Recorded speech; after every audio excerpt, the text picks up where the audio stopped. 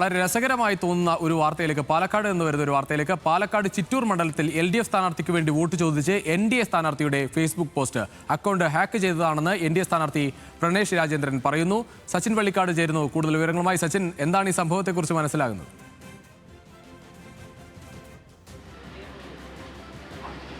ഇന്നലെ പുലർച്ചയോടുകൂടി, അതായത് ചിറ്റൂരിൽ വെച്ച് ചിറ്റൂരിലെ LDFിൻ്റെ സ്ഥാനാർത്ഥിയായുള്ള വി മുരുകദാസിൻ്റെ അപരനായിട്ടുള്ള പി മുരുകദാസിൻ്റെ പോസ്റ്ററും അതേപോലെ തന്നെ ചിത്രങ്ങളും അടക്കമുള്ള കാറുകൾ കോൺഗ്രസ് പ്രവർത്തകർ, അതായത് യൂത്ത് കോൺഗ്രസിൻ്റെ മണ്ഡലം പ്രസിഡന്റ് അടക്കമുള്ള കാറ് LDF പ്രവർത്തകരും നാട്ടുകാരും ചേർന്ന് പിടിച്ചിരുന്നു. അതിൽ നിന്ന് പണവും മദ്യവുമെല്ലാം കണ്ടെത്തി എന്നായിരുന്നു പരാതി. തുടർന്ന് പോലീസ് അടക്കം എത്തി കേസെടുത്ത് ഈ യൂത്ത് കോൺഗ്രസിൻ്റെ മണ്ഡലം പ്രസിഡന്റ് ഉൾപ്പെടെയുള്ളവരെ അറസ്റ്റ് ചെയ്തിരുന്നു. ഇതിൻ്റെ ഭാഗമായി LDF ഒരു പോസ്റ്റ് ഫേസ്ബുക്കിൽ ഇട്ടിരുന്നു. ആ പോസ്റ്റാണ് ഇന്ന് NDA സ്ഥാനാർത്ഥിയായിട്ടുള്ള പ്രണേഷ് രാജേന്ദ്രൻ്റെ ഫേസ്ബുക്ക് പോസ്റ്റിലും വന്നത്.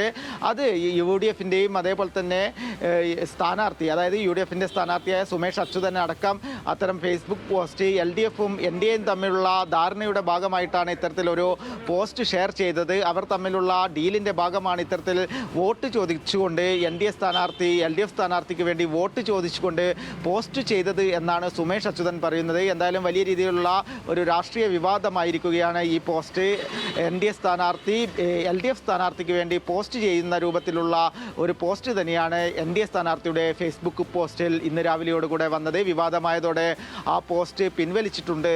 എന്നാൽ ഹാക്ക് ചെയ്തതാണ് ഇത്തരം ഒരു പോസ്റ്റ് തൻ്റെ പേജിൽ വരാൻ കാരണമെന്നാണ് NDA സ്ഥാനാർത്ഥി പ്രണേഷ് രാജേന്ദ്രൻ്റെ വിശദീകരണം. എന്തായാലും പാലക്കാട് ജില്ലയിൽ ശക്തമായ രീതിയിലുള്ള ഒരു പോളിംഗ് തന്നെയാണ് നിലവിലുള്ളത്. 33% പോളിംഗ് നിലവിൽ ജില്ലയിൽ രേഖപ്പെടുത്തിയിട്ടുണ്ട്. പാലക്കാടും മലമ്പുഴയുമാണ് 35% പോളിംഗ് രേഖപ്പെടുത്തിക്കൊണ്ട് മികച്ച പോളിംഗ് ശതമാനം പാലക്കാട് മണ്ഡലത്തിലും അതേപോലെ തന്നെ മലമ്പുഴ മണ്ഡലത്തിലും രേഖപ്പെടുത്തിയിട്ടുണ്ട്. ശക്തമായ ഒരു പോരാട്ടം തന്നെയാണ് പാലക്കാട് ജില്ലയിലും നടന്നുകൊണ്ടിരിക്കുന്നത്. അതിൻ്റെ ഭാഗമായിട്ടുള്ള ഒരു പോളിംഗ് എല്ലാ മണ്ഡലത്തിലും കാണാൻ വേണ്ടിയും സാധിക്കുന്നുണ്ട്. ശരി സച്ചിൻ, എന്തായാലും ചിറ്റൂരിലാണ് ഇത്തരത്തിൽ ഒരു വിവാദം ഉണ്ടായിരിക്കുന്നത്. LDF സ്ഥാനാർത്ഥിക്ക് വേണ്ടി വോട്ട് അഭ്യർത്ഥിക്കുന്ന NDA സ്ഥാനാർത്ഥിയുടെ ഒരു പോസ്റ്റർ അത് പ്രചരിച്ചു. എന്തായാലും UDF സ്ഥാനാർത്ഥി സുമേഷ് അച്യുതൻ ഉൾപ്പെടെ ഇതൊരു ഡീലിന്റെ ഭാഗമാണ് എന്ന വിമർശനവുമായി രംഗത്ത് വരികയാണ്. ഇത് ഹാക്ക് ചെയ്തതാണെന്നാണ് NDA സ്ഥാനാർത്ഥിയുടെ വിശദീകരണം. നമുക്ക് കഴിഞ്ഞ കാലങ്ങളിലൊക്കെ ഈ കഴിഞ്ഞ തെരഞ്ഞെടുപ്പ് രംഗത്ത്, ഈ പ്രചാരണ രംഗത്ത് ഏറ്റവും കൂടുതൽ നമ്മൾ കേട്ട വാക്ക് അത് ഒരുപക്ഷെ ഡീൽ എന്ന ആരോപണമായിരിക്കും. എന്തായാലും NDAയും LDFും തമ്മിലുള്ള ഡീൽ ആരോപണം വലിയ തരത്തിൽ ഉന്നയിക്കുകയായിരുന്നു UDF പ്രവർത്തകർ. എന്തായാലും ഒരു പ്രതികരണം വരുന്നുണ്ട്. ആ പ്രതികരണത്തിലേക്ക്